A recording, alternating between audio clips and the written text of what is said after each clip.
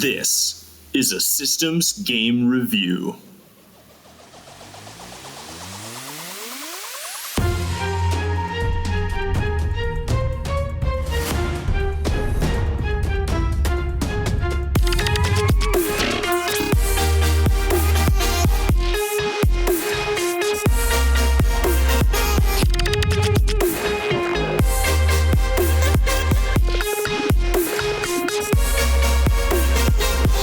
Well, first off, that was very interesting. I enjoyed running it. It was hard to run a system that I made, and I'm trying to I'm discovering gaps in it as we go and trying to fill those gaps. So that was tricky. I feel like wrapping it up was hard. But yeah, overall, I liked it quite a bit. I had a good time. What were other people's main overall impressions of the game? I think the things that I like most about it are also the things that I had the hardest time doing, if that makes sense. And this might just be from not understanding how the rules all work together. But I felt like I had a hard time understanding how I was tempting these people, right? And this may just be me being not the greatest at wrapping my heads around these rules, but I wanted to do that more, but I wasn't quite sure how, if that makes sense. Yes. Yeah, that was a bit of a... I don't think I did the best in explaining in being consistent in what you could do with your abilities. Because there were times where it would be a contest, there'd be a fight going on, and I'm like, okay, the person who's holding them is, say they're attacking, right? They're using strength. But then you guys would say, oh, I want to help. And then you'd give a really good explanation of how you can help. And I'm like, okay, if their stat that they're using in this fight is not the stat that the players are modifying, should I still allow them to modify it? And what I went with was yes, as long as you guys gave a good description of how exactly you were helping the person in the fight or in the contest, I let you modify the contest. But then when it came to outside of contests, just tempting, I was more strict on okay, if you're going to tempt somebody to do something, it has to specifically be something that is, you can only tempt them to do your ability. I thought, first, enjoyed it. This was a blast. But kind of following along with this theme that we're on right now, I think the game's strength is that it allows you to be very creative and open-minded about a lot of things. However, that's also the game's weakness, because how it allows you to make a lot of choices and do kind of whatever you want, but has a rule set that is currently built on some things being very specific. Especially we're talking about contests, right? Yeah. We chose our things very, creatively, audacity, instinct, and, dexterity. Dexterity is a bit more from other games and systems and stuff, but more of a classic. It's more of a classic trait. one. But the thing is, right, when we were going up against other people, the way that the process worked was that it would default to figuring out, well, what kind of classic thing are they using against us? And so it felt kind of like we were operating outside of the system and had to be forced into it sometimes. Mm-hmm. Yeah, that is an issue with it, and I feel like maybe when it came to puppeting people around, Matt was put at a little bit of a disadvantage, but also when you're given a box to work inside of, when you know exactly your limitations, it kind of helps spring a lot of ideas. So maybe it wasn't that big of a disadvantage, but it did seem like there were a lot of ways where you guys could kind of couch anything in this is the audacious thing to do, or yes, this is what his instincts would tell him to do, whereas Matt had a lot more limitation on what exactly he could say that he was tempting them to do. I think in a similar vein of you mentioned the box forcing you to be more creative. I think not being able, only being able to interact through the world with the world we're in through people. Well, not even like through people, through temptation, right? Mm-hmm. Like we couldn't even talk to the people that we were tempting. It was almost like there was a disconnect with the world we were in that was at times very frustrating, but also at times forced me to be the most creative. Right. So there's sort of this duality there where I was finding really cool ways to do it, but also at other times I felt like I was hitting a wall at how I wanted to interact with the world. So there was sort of, that box that I was in. Overall, I feel like that box, personally, I liked that. I feel like it made it that was the unique thing about this game. The can't just tell these people go interrupt the ritual or else the world is going to end. You had to tempt them into doing it. But yeah, overall, what did you guys think about that aspect of the game? Good, bad, mixed bag? Mixed. Overall, I was okay with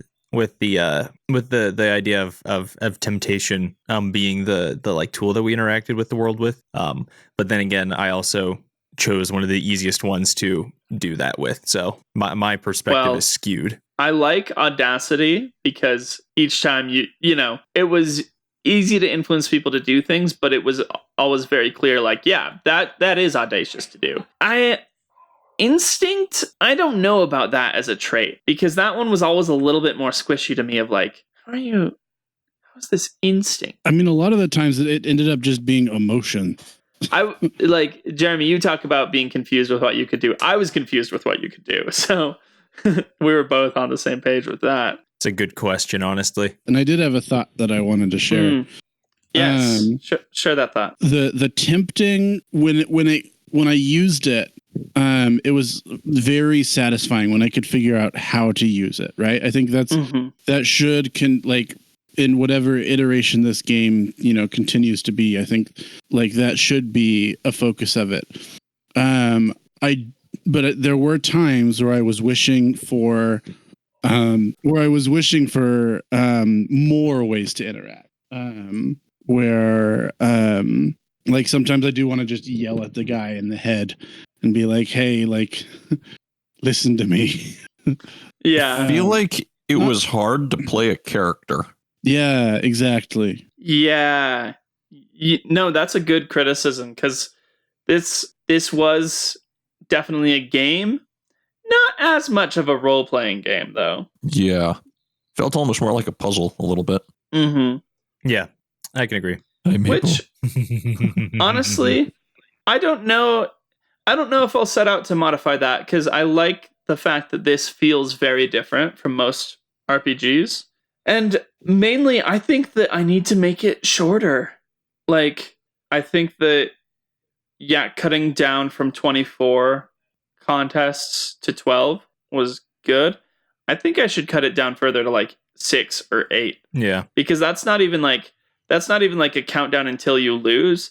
That's a countdown until you can lose. Like at that point, the ritual can be done. And so an idea that I had. Oh, go ahead. An idea that I had at one point was maybe, because I think one of the things that made the game a bit slow to begin with was that as characters and objects, we've been around for who knows how many hundreds of years, around this ancient Lich who's been doing all this magical stuff, and yet we don't really know what's going on. And so one idea that I had was maybe the situation gets inverted a little bit, instead of there being, like after 6 or 8 hours or whatever, a ritual can be performed to bring the Lich back. Maybe the object is that the players have to perform a ritual to return to being human, and they require the Horcrux to do that. So it puts Oh, interesting. Yeah, so instead of it being like the players are sitting back, kind of passively isn't the right word, but like they're reacting to the world instead of acting upon it, switching around so the players act upon the world, which I think might help things move a bit faster, because when players act on the world, they do more things go wrong more weird stuff happens than when we're just kind of sitting back going like, okay, well, this is the situation. How do we get out of the situation? Yeah. Okay, I like that idea. I like it. And it could be the countdown would be more scary in that case because it's like you need the Horcrux to do the ritual. If you run out of time, the Lich just is coming back and he's gonna come get it and stop you. Yes. I'll have to think about that one though, because that one would probably be extra hard. With the whole like getting your little meat puppets to perform the ritual if they don't, because you need to figure out ways to puppet them into knowing about the ritual and stuff like that. I'll have to think about that one. Yeah. Well, but making it harder wouldn't be a bad thing. Like harder is often more fun. So, yeah. How about the contest system? Do you guys think that was clear enough? What was going on? Do you think it was? No. Okay. I felt very weak the entire game. I had no idea what was. I kind of understand the contests, but also, I felt like I didn't contribute anything at all. Yeah. Interesting. So here's the thing. You're not supposed to feel super strong with it, but I don't want you guys I don't want the players to have a less fun experience, because it is mainly like you're influencing the course of the game by tempting different people to do stuff they wouldn't normally do. And so I purposefully set it up so that you guys would never your die would never be wouldn't usually be stronger than the character that's holding you, stuff like that. Although that can happen. I think it did happen for one of you. I think Jeremy's. No. Trent's die was stronger than the wizard in the end. Yeah. Well, I think a lot of that came from like the two parts of the system interacting with each other and like interfering with each other a little bit, right? Like I think because what it was, right? It was this weird mix of we as players we're trying to accomplish something, and the obstacle we were up against was it was always an unknown, right? Because we were always guessing as to like, well, so this cultist is, they're kind of okay at some things, but other things they're less okay at, and we don't really know how they're going to react to what we're doing. Right. And so like it made, at least for me, I should say, it was weird to a little bit. I'm trying to find specific words. It was heavy. Yeah. It was heavy. Yeah, right. Anytime we started a contest, it was like, OK, everything grinds to a halt. Let's figure out what stat they're using for their best advantage. And then let's do all the math, and then let's see how it works out. I think it's a bit bloated, right? There's a few too many steps in determining every party's action and then making the dice pool. Yeah, I think it did feel like the story stopped when every time there was a contest. It's like combat in D&D. It's like that's where the role playing stops and it becomes more of a math battle. Although, but again, there wasn't like a huge amount of role play. Yeah, that's well, I guess which isn't too bad because I didn't feel like I was jerked out of my character to do number crunching, but that's kind of more highlighting a weakness of D&D. Yeah, maybe streamlining the contest system, like especially stuff with like the idea of like different characters have like they'll have one trait that they're especially strong in. That's like that's kind of a nice I like the idea of that. But it's maybe a needless complication. Like that's something we could cut out and just say, okay, this character is a D6. This character is a D10. That's one thing that could make it slightly less complicated. Yeah, perhaps. Well, and I think one thing that would be interesting, and this is just me being like hypothetical. I'm specifically like I think the thing that like the catalyst that got me thinking about this was the poniard and their ability to create a puff of smoke. And I think one thing that would be interesting, right? And hear me out, I could be totally wrong, which is fine. Is if we knew up front and that you finding a way to use our like outward expression was just a flat modifier. It's like anytime you can create a puff of smoke to your advantage, your guy gets a +2 or whatever. And it doesn't matter if you're helping if your ability can help them or not. You finding a creative way to use your outward expression gives that bonus. So it gives another way for players who may not be able to interact in a specific in a specific instance, still an ability to contribute, so they don't feel left out or like not a part of something. Mm-hmm. And I think it would also it's one of those things, right? Like Jeremy's like glasses thing. It's like I can create smells. That's not really tied to not super tied to intuition, but can be a great way to accentuate stuff that may be outside of it and give just a hair of a bonus, right? Maybe the sliver that decides victory. That kind of reminds me of a different direction it could go, which might have been my original idea, and I think maybe I forgot to with all the plates I was spinning. Maybe forgot to use this as much because one idea is like your your visual effect was supposed to grow as the game went on. I wonder if I don't know about this idea actually. I wonder if it would be instead of having two different things to keep track of, if the visual effect. If I should make the rules so that the visual effect needs to tie in with the ability you're enhancing, like makes sense as why that would help with enhancing that ability. And so then when you say, oh, I'm enhancing strength, right? And my visual effect is the person grows in size, then then that's all tied together. I think that was my original idea, but then that got a little bit lost in the sauce. But I wonder if it would be if your idea of having like your outward ability being something like divorced from your ability to tempt. I don't know. Yeah. I mean, there's pros and cons to both of them, right? Like, I mean, and a lot of it depends on the story, right? You know, like in this particular story, we managed to stay away from crowds of people quite often. And, you know, like that's just a thing that happened. Like that's not good or bad, but it also meant that like the things that we had, right, our visual things, they didn't serve a purpose for the most part. Cause right. Like because at least my impression when we were making our characters was that our visual thing they were 100% flavor. It was 100% flavor. It was a tool designed to tempt external people to try and take us kind of without us like having to roll, like actively betray our guy right off the bat. You know, it's a bit of flavor in that regard. And like just this game, that didn't pan out. And like, that's not good. That's not bad. That's just how this particular story went. But you know, I think an interesting idea. I think ultimately I would probably, if I'm trying to simplify the system for contests, I would probably aim to fold the visual effects in to like matching the ability that's modified rather than having it be a separate thing. But that's something to think about. Another thing with the contest system, I think that this is not the best for remote, and I think it would be a little better in person because with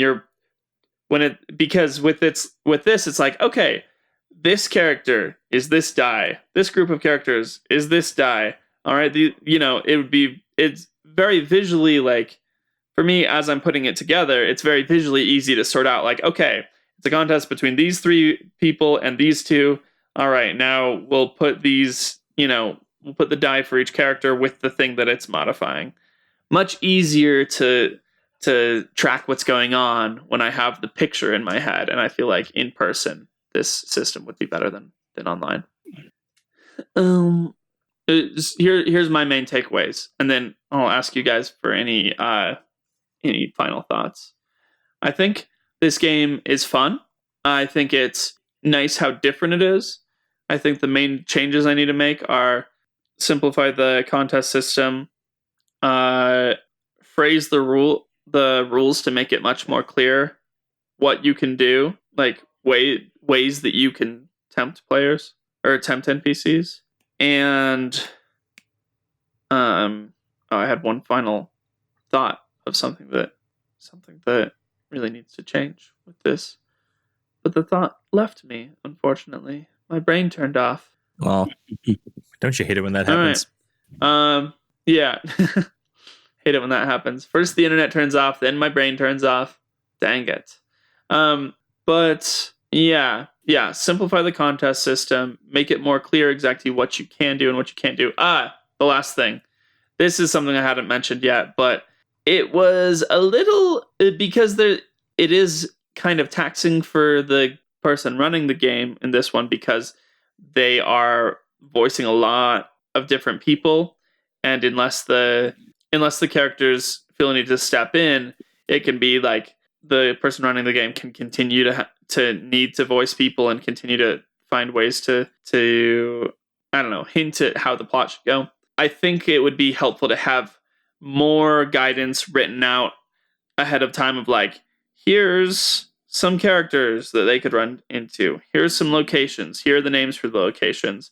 Because it became very obvious to you guys, like, I was a bit taxed out by the end on like coming up with good descriptions or like coming up with good names for places and people. And sometimes it was like, plot, what should happen here? What's plot? I can't remember how to plot. So I think having more guidance written down as a page of the rule book that only the game master gets would be a big help to the person running this game. But yeah, them's my thoughts. I like it. Needs some work, but I think it was a lot of fun. It was fun to see you guys struggle to figure out how to puppet people around and get the plot done. So yeah, it was a good time. Yeah. Any final thoughts from any of you? I appreciate being invited to participate. And I had fun playing with you all. Yeah, it was a blast. Alrighty. Okay. Peace. All right. Good Well, night. fare thee well, dear listeners. Till we meet again.